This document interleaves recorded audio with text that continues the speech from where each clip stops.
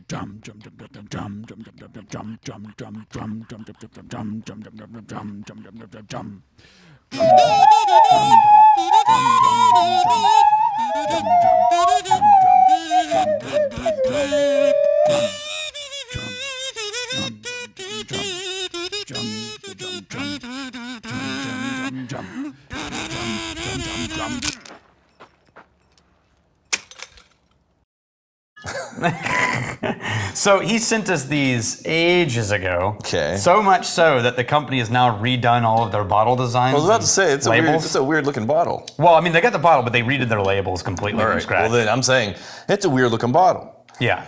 It's just something, you know, you got like a malt liquor bottle or something? Yeah. It's vaguely malt liquor bottle-y. Esque. That's yeah, funny. with like a brown paper bag.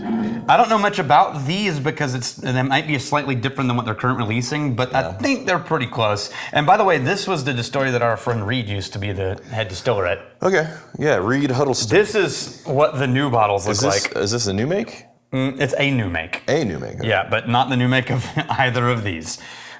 This is what they look like now. Okay.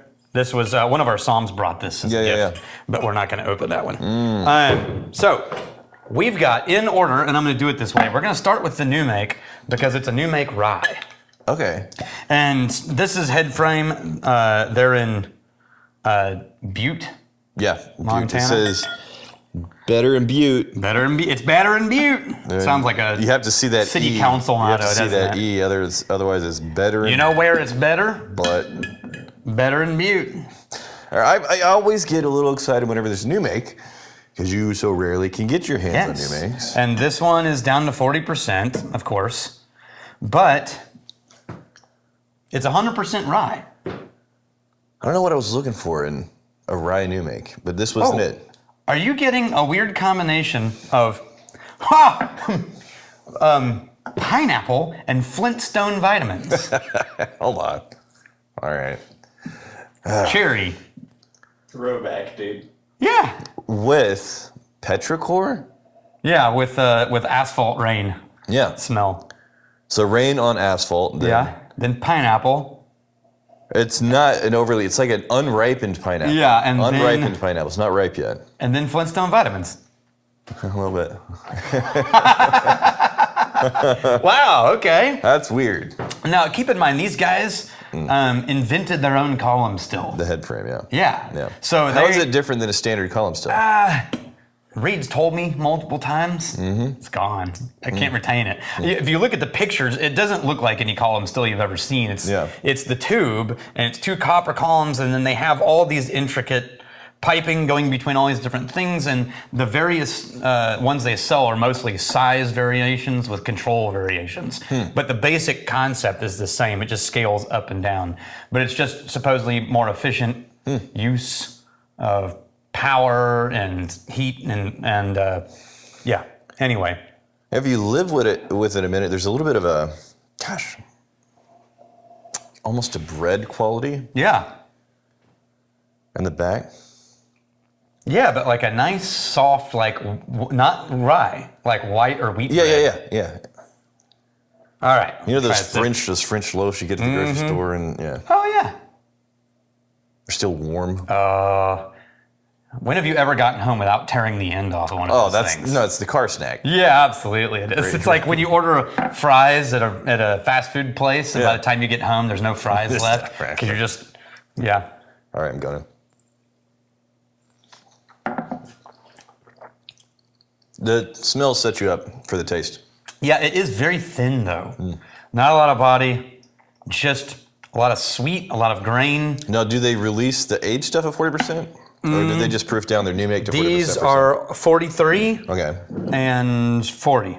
Okay. So low proof stuff. Okay. So yeah, it's just very paper thin on the palate. Kind of sweetened, kind of grainy, paper thin. What you find on the nose shows up. A little chalky. But it doesn't, it doesn't take you anywhere surprising or magical. You get it on the nose and it shows up on the taste. It's a little bit more, it finishes with more of the alcohol, like just the straight ethanol. Yeah. The flavors are gone and you're just left with that. Yeah, the ethanol. Bourbon. Oh, now comparatively. Well, the barrel added a lot more interest to this, yeah. Yeah, you want to make your bourbon shine, have a proof down new make next immediately before. Yeah, well, and I'll tell you, like... I'm getting a really nice vanilla. A nice vanilla, a little bit of a cherry, but it is kind of thin still. Yeah, but... A little bit shiny, not as thin as this. I suspect if this came off the heels of something that was much higher proof and rich and robust, it wouldn't be nearly as impressive. But in this moment right now, it's like, wow, that's a beautiful vanilla. I'm going to give it some distance from the new make to give it a little bit more of a fair assessment. I'm going to call this cherry vanilla. Like cherry vanilla cola. See, I get more of a caramel oaky vanilla. I'm not finding that cherry yet. Yeah, it's very simple. Not a ton going on. Oh, weird. It drinks with that slightly sweetened vanilla, and then there's this slightly bitter, like, ding. And then... It just dings it from the side. Then it just falls off a cliff. It's not a ding on the top, it's a ding from the side. Yeah, there's no finish. It just sort of goes... Yeah, there's no finish. And if you suck in, you get that minty, light, fresh kind of evaporative feeling. So here's it, regarding the finish. Because it does fall off a cliff, but if you just focus on how much isn't there, right? And then in your mouth you go, it teases back the vanilla. You did that in the mouth. Yeah. Which has a lot of effort to tease back a pretty simple flavor. There's not a ton going on there. Yeah. I think these guys, and this is not what they say on their website, I think these guys are still makers first and whiskey makers second. Okay. I'm going to say no, because that really nice vanilla that was showing up on the nose and on that first sip, by the second sip, gone. I've already acclimated to that. And it's kind of thin and a little astringent. Yeah. All right, this is their malt. That's a no for me. Which they aged with a mix of new barrels, their used bourbon barrels, and Oloroso sherry barrels. Oloroso. And so this is all three of those. This is 100% malt. Oh, that's candy corn, my man. Whoa, hang on though. There's a wintergreen note on that that's very bizarre. You got like a minty wintergreen? Yeah. Yeah, it's caramel, hard caramel candy. Caramel corn, yeah. So the caramel candy, sure. The caramel cone, words. It's early. I'm telling you, I'm tired. Yeah. Candy and the caramel corn. And then I'm not getting that wintergreen. You just want to take a breath for a second? Yeah. The camera corn. I'll tell you exactly what it was. I had a daddy-daughter day. Yeah. Right? Yeah. From morning till her little head hit the pillow. Yeah. It was nonstop. We're going to like dinosaur stores. We're getting ice cream. Yeah. Getting the pizza. We're playing games. Just, yeah. Kid energy is for real. That's no joke. I'm still getting a sort of herbal wintergreeny kind of note attached to the caramel candy. Of the three, I like the nose on this the best. Strangely, I kind of like the nose on the new make better. No. The asphalt petrichor is too intense for me to prefer it over. I mean, I even like the nose on the bourbon better. I like that the least. The new make? Yeah, because strangely, I like it because it's so not whiskey smelling. It's more like earthy chemical smelling. So I'm thinking of it more like going into a candle shop and they're like, and smelling various candles as opposed to drinking whiskey. All right, None of these make me want to drink it. No. Not any of them. Yeah. I'm going in. This, though, there's a little bit of a green apple if you keep living with it on the nose.